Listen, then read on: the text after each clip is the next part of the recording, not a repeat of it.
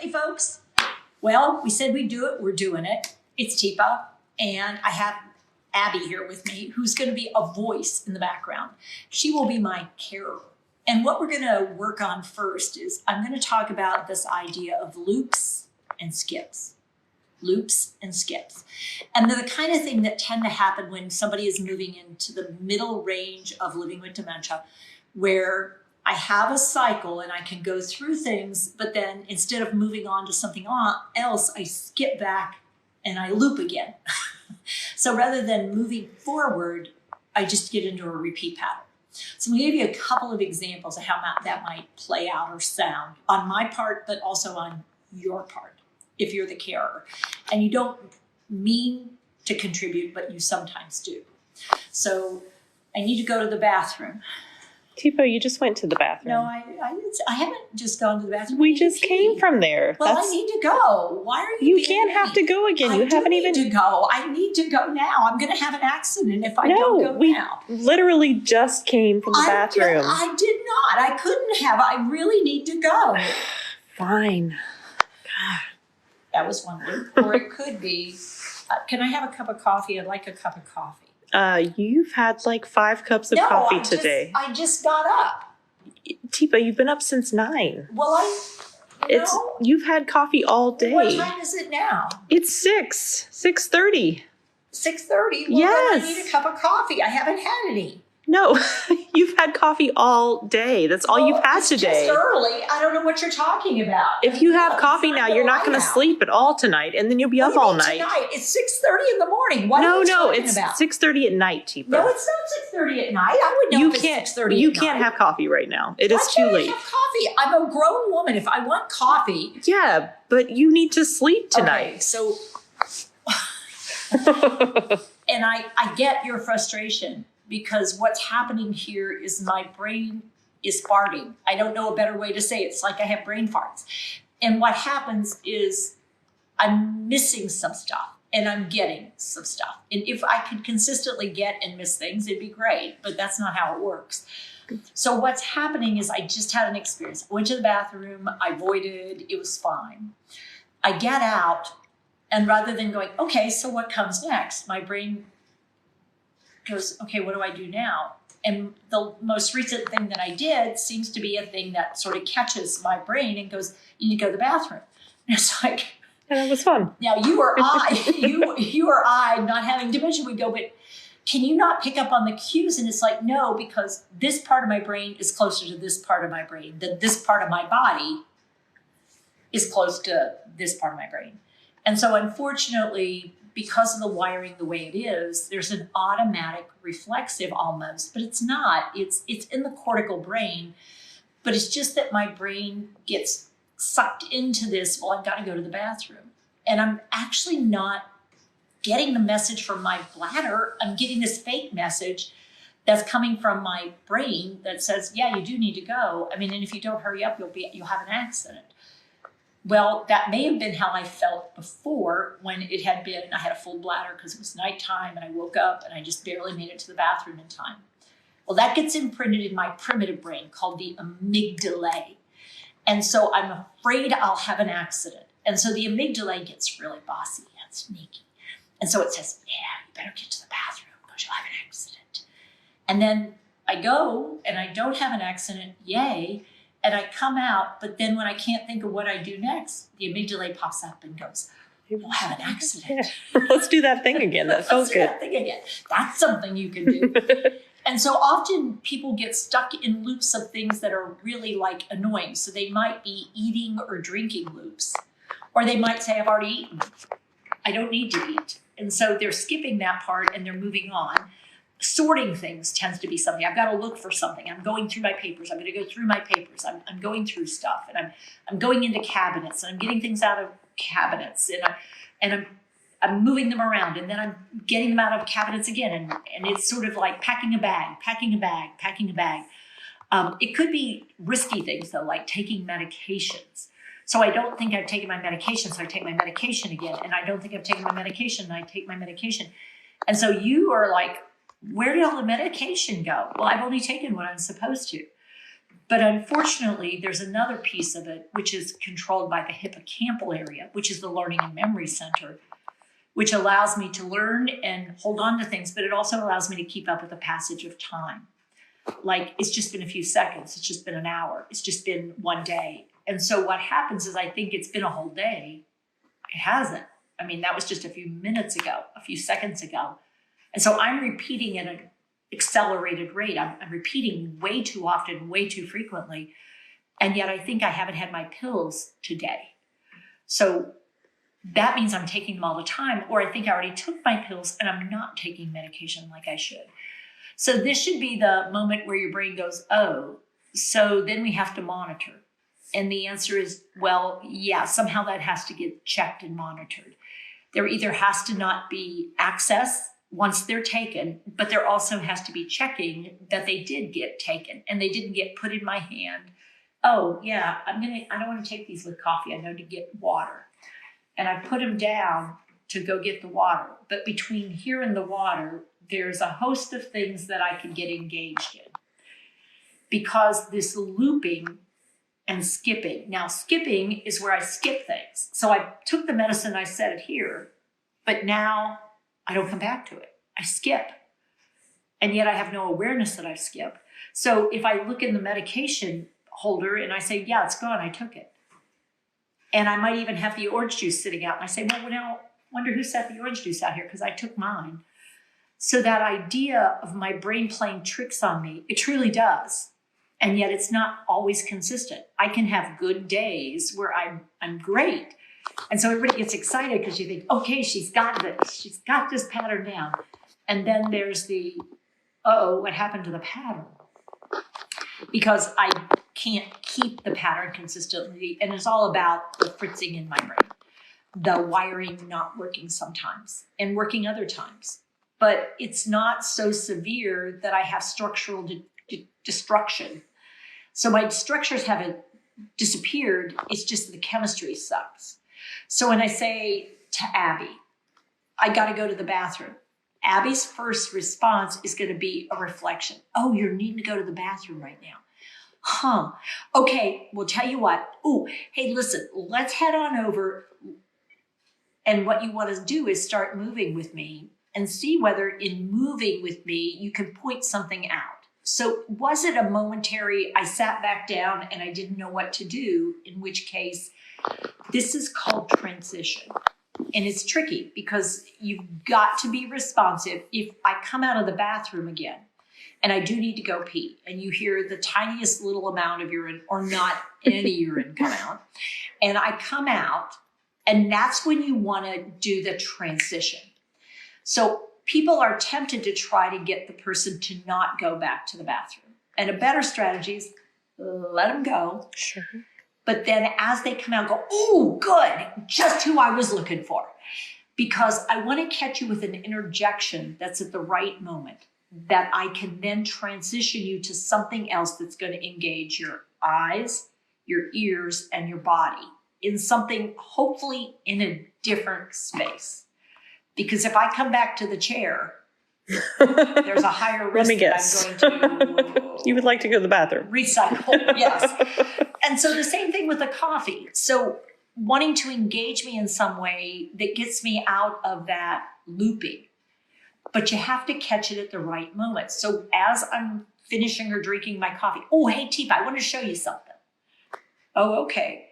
But not after I've asked for the coffee and you're trying to keep me from getting it. Now, if somebody has this on a drink phenomena, you really do want to think about, are they in a part of the disease where they're putting on a lot of extra weight? In which case, I really want to look at, for sugar drinks, looking at having the sugar so that we're not taking in so much glucose. Because when we rev the engine, what are you going to do with all that energy? And it's like, have more sugar. That's what I'm going to do because I'll burn the sugar and then I'll want some more. Yeah. The same with caffeine. So what I want to think about is half calf, quarter calf, dropping the calf down. So I'm still getting a little bit of something, but it's spread out over a wider range. Because if I'm doing these loops and you're doing your best to help me with my loops, then you want to have it have the least impact on my system. And that's the tricky part with recognizing you can't stop the disease. You've got to learn to live with it and work with it and work around it. And so some of the folks who are doing videos do an amazing job of picking up on that. And one of the things that you might notice for people who have, let's say, Lewy body disease, or maybe a vascular dementia with some potential for delusional thinking, or maybe they're truly seeing things that are not there.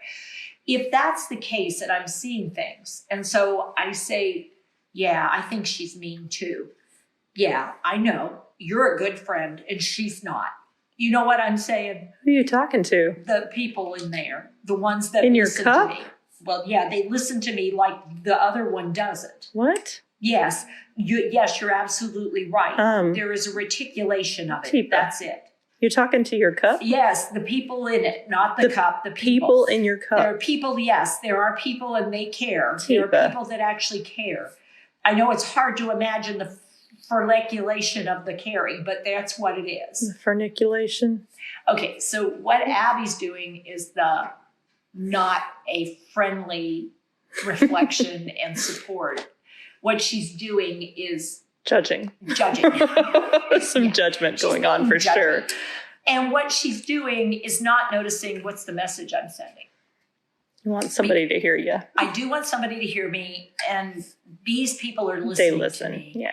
And the reason I'm having a conversation with them is that the other people are not very nice. They're doing the thing I'm not, which is allowing you to have whatever conversation you need to have. And to recognize, okay, so wonder what about having this conversation is sort of important.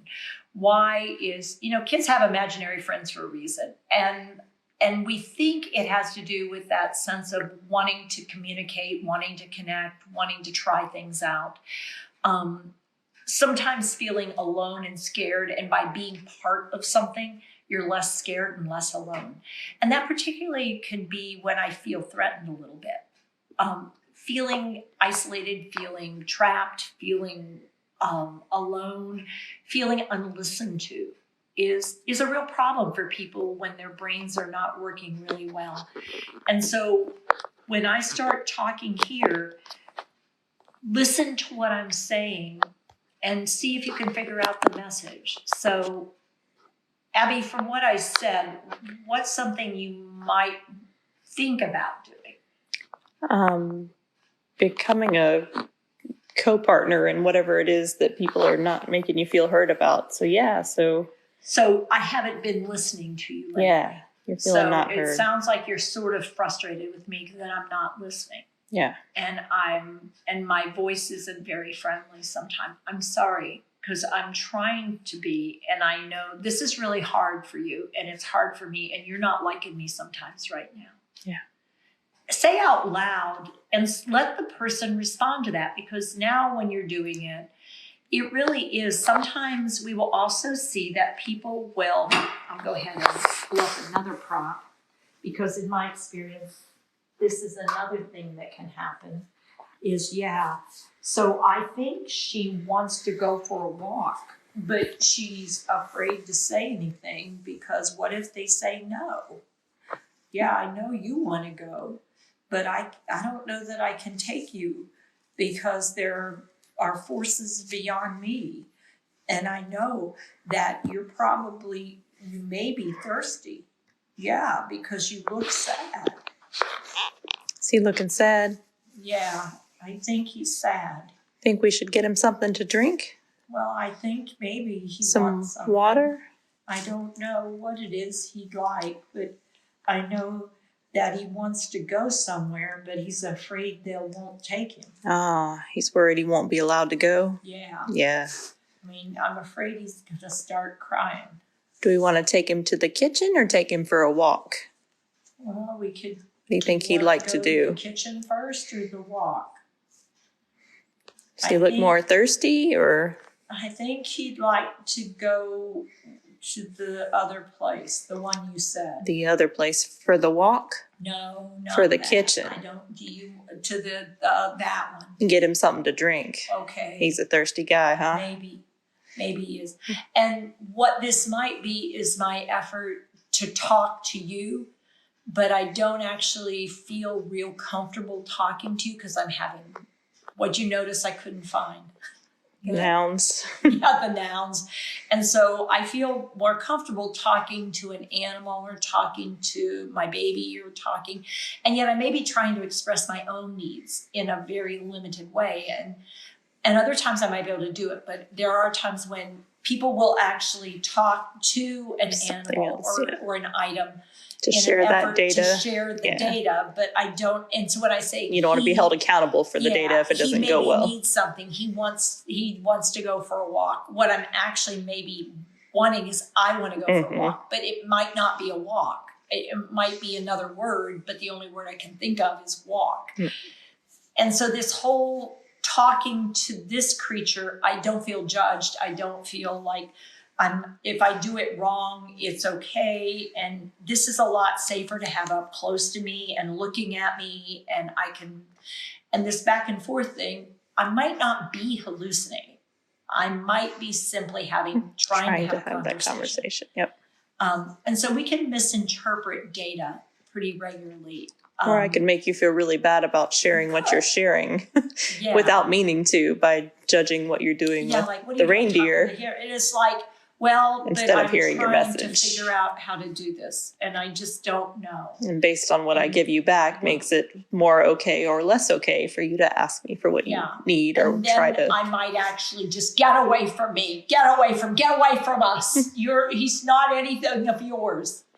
And of course, the more nervous and anxious I get, probably the harder it is for me to come up with words, except for arguments and swear words and mean words and throwing things or moving away from you or shoving at you.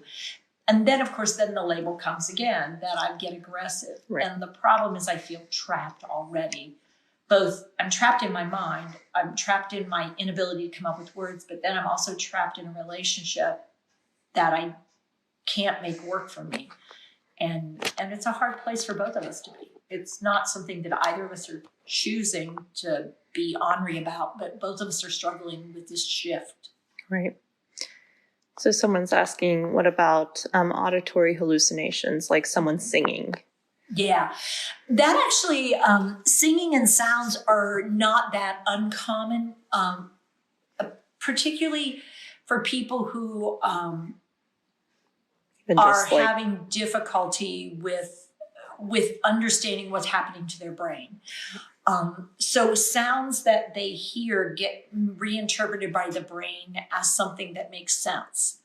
And so singing is something that makes sense. So are whispers. So sometimes it takes a scary turn where there's people whispering. They're whispering and I can't make out their words, but I know they're talking about me and they're hunting for something and they're sneaky. And can you not hear them? They're right there. I know they're somewhere. They're probably outside the window.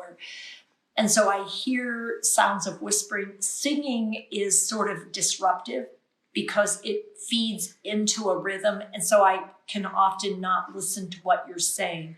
And I may hush you or shush you, or it just interferes with my taking in of other auditory data. Sometimes it's a musical instrument that's played, and sometimes it's a repetitive sound sequence over and over, which can be overwhelming. And so some people use noise-canceling headsets to eliminate auditory intake, but that doesn't help if the sound is being generated by your brain, an auditory memory tract that's playing. So sometimes listening tell me what are they singing? Can you hum it? Or can you go da, da, da, whatever it is? And if you can pick up on the tunes, sometimes there might be some value in the tune. It might occur now, is that a song you know? Or are they playing something you know? I feel like I should know it. Okay, so is somebody or something, so trying to figure out, is this a threatening sound or a comforting sound or an annoying sound? And sometimes switching locations can help, but sometimes it doesn't make a difference. Sometimes giving something for the eyes to engage with can get the brain to disengage from an auditory. It's rare, but on some occasions, a counterpoint, some other sound can help. Often it just it gets overwhelming for people with having an auditory track already playing, because they're trying to tune into it. But sometimes they need to come out of where they are to come out into the world. And sort of like by saying, oh, Abby, it breaks the soundtrack. So it's sort of a friendly but interjection that can sometimes get it to happen. Sometimes if they make sounds of their own, if somebody might be interested in doing drumming,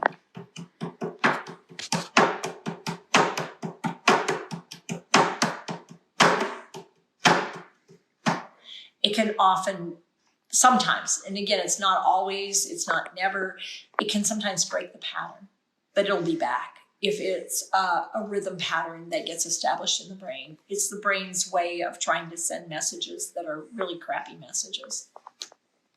Sorry. All right, so we have any tips for BVFTD around hygiene?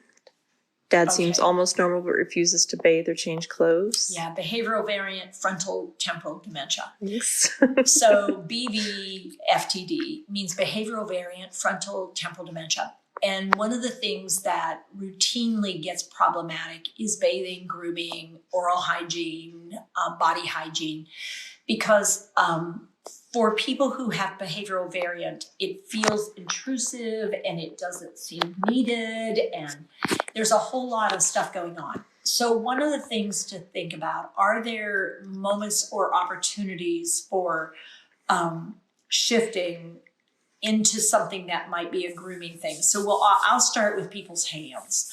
And I'll start with something like just rubbing my hands a lot and doing some friction work with my hands, and then see whether or not we can get some clapping motion going as a starter. Then I'll see if holding hands, using hand under hand, if I can get some contact going. And then I'll rub on body parts, but not with any intent of trying to get clothing off or cleaning. I just want my touch to register and to figure out, how does that touch feel to them? Is that an okay thing? And I'll try some rubbing stuff on the back. I'll try some around the head to see what happens. And then I'll often then try with legs and feet to see if any of that, can I get the person to agree to a foot soak? Can I get the person to agree to a damp towel, warm and wet, wrapped around their feet? Will socks come off? Can I get socks off? Can I get feet cleaned and up to the shins? And so sort of we're only going up this high. And that's all we're going to start with. We're just going to do that. And then something on the forearms and up one arm. And then not trying to get the clothes off to get some cleaning done. Leave clothing in place and see if you can maybe work with the person to get some pit work done, and washing through a shirt. It sounds kind of weird, but if you got a nice warm soapy cloth and you can wash through the shirt, what will happen is that then the shirt's wet. And then you might be able to get the person to be interested in taking a shirt off. Now, first time through, I just use water. I don't use any soap, because if the person doesn't like it, the good news is water dries. And I'm not really going to do something that is going to cause harm. So the armpit will dry off. If we put water in, that doesn't turn out to be something that they'll tolerate through the next step. But we're gradually working our way through things, trying to find that balance. And it will never be like it was. I can almost guarantee that. But we're trying to get to a place where oral and body hygiene isn't so horrible that it makes it hard for them to socialize in any sort of reasonable way, or you're worried about skin breakdown. And the places to be concerned about would be pits, under boobs for women, groin lines in those areas. Feet, you do have to sort of keep an eye on, particularly toenails, as well as just toe jam and that idea. Incontinence, if it's a problem, certainly that can raise the the bar as far as concern goes. If you have someone that you have a partner that you can work with, sometimes having a partner who's going to engage the individual in something that they find less problematic, whether it's taking food in or doing something with their hands in their face, singing, doing something that's high sensory. Well, at the same time, what you do is you do some cleaning. And so the second person is responsible for getting the high spots. And it is get it done as well and as quickly as you can and be done with it. And there are times with frontal variant, particularly behavioral variant, that you have to figure out what your team's approach is going to be. But someone else should always speak for the individual and be that advocate. Because if not, they will have to advocate in a very strong and physical way if they feel like they're not being listened to. When they're describing no,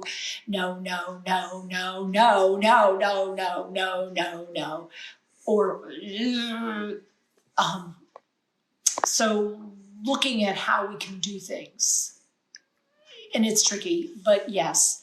And we'll see whether or not we can do some additional demonstrations of behavioral variant frontal temporal when I have a partner back. Nice. Who's not out of town. And not on the camera, which makes it a little tricky. Yep. All right, so I know we're quickly approaching the end of our half hour. Any other questions, Abby? We have someone who sings constantly. I'm assuming they're in a long-term care facility. Sings constantly, prevents eating, changes tone and volume depending on mood. Okay. Distraction doesn't work. It agitates other patients who don't understand. So singing words is, that constant singing with changes in volume and intensity come up when somebody used to probably be pretty much of a communicator. And they are a connector, or they were an individual who wasn't that much connecting to other people. And what they did is they used their own voice to feel comfortable in the world. And so one of the things, they may not be interested in actually connecting to other human beings. So the music that they're making is their own conversation sort of with themselves, or like talking to the animal, only it's music that they're putting out.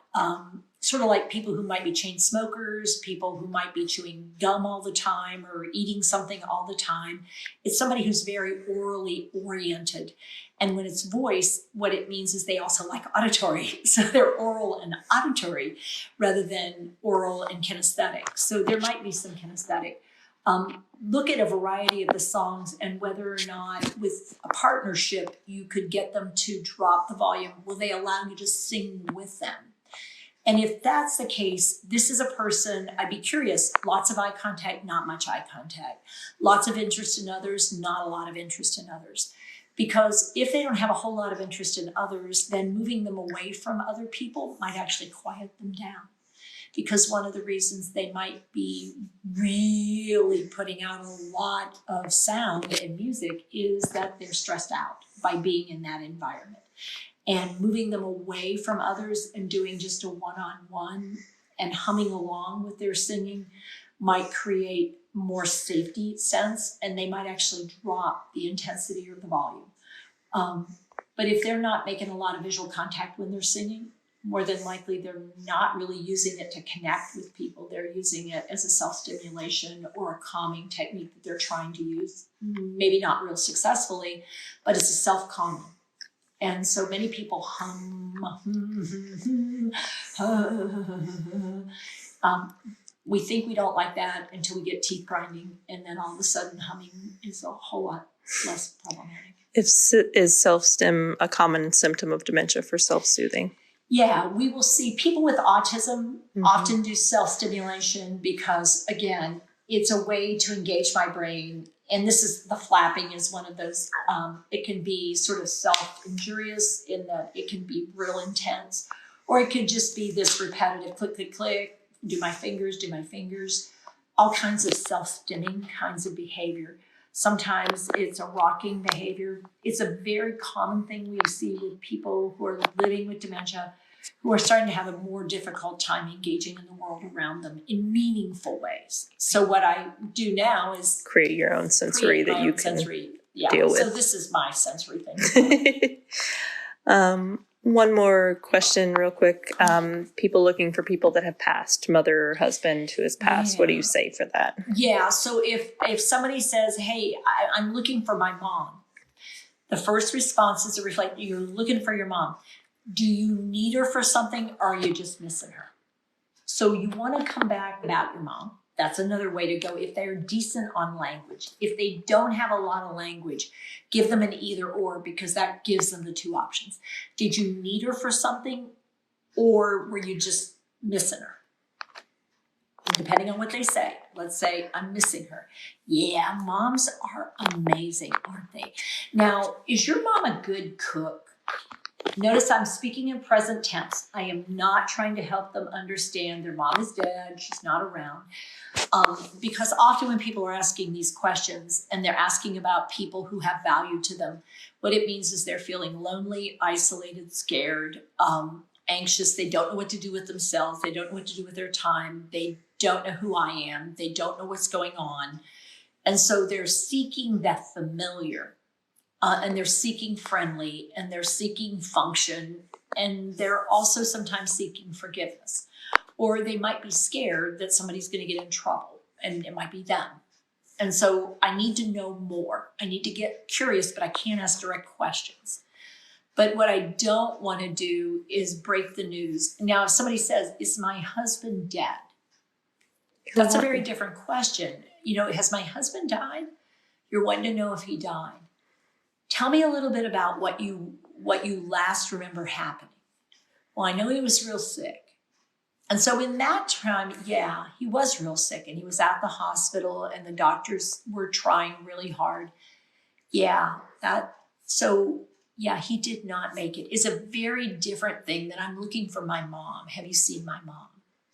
So it really, there are nuances here, and we certainly need to be responsive. But what we don't recommend any longer, I mean, it doesn't work, is reality orientation or out and out lying, but trying to discern, validating, empathizing, recognizing where someone is in their grieving process. And is it an active grief, or is it, I'm lonely and I need something and an unmet need? And it could be the person simply needs to go to the bathroom. And mom would know where the bathroom is, but I don't have all the skill set to realize all that. So I'm looking for a familiar person that I feel comfortable with, so that maybe we can figure this out. Because moms know what you need, even when you don't know what you need sometimes. So, all right, everybody. Thank you for spending a half hour. I hope there was at least one or two things that I did or said or we tried that might be helpful to you. And we'll get back with you. Try to do something maybe Thursday evening if we get a chance. We'll let you know for sure. But till next time, we'll post some things up too. Yeah, we're keeping track of the questions and trying to make sure we get some responses sent out to people. If we weren't able to answer your question in the live, we'll definitely be working on doing some responses. Mm-hmm. All right, everybody. Take care. And let me think. This. Shake your shoulders. Shake your shoulders. Clap. Jump out the way. That's right. You got it. If you haven't seen that video, it's apparently very popular. Super cute. We were so busy doing it, we had no idea what the words to the song were. Whoops. I hear tell that usually you only use the first 30 seconds, but we had a few too many people to get it into that short window of time. So there's some fun language in the end of that. Dear. Store it in your right temporal lobe. Use it later. Yeah, just tune that out and watch our fun. Because it was really fun getting everybody to do it. My heavens, I think I burned a lot of calories for that one. All right. Thanks, guys. Take care. Bye-bye. Hi, I'm Teepa Snow, and you just found our YouTube channel and watched one of our videos. I'm the owner and founder of Positive Approach to Care. Thanks for watching, and if you liked, if you have a comment about, or you would, please share it with people you know. Oh, and if you haven't yet done it, consider subscribing. We'll let you know when the next new video comes out, and you might want to visit our website, www.teepasnow.com, where you'll find other resources as well. See you there.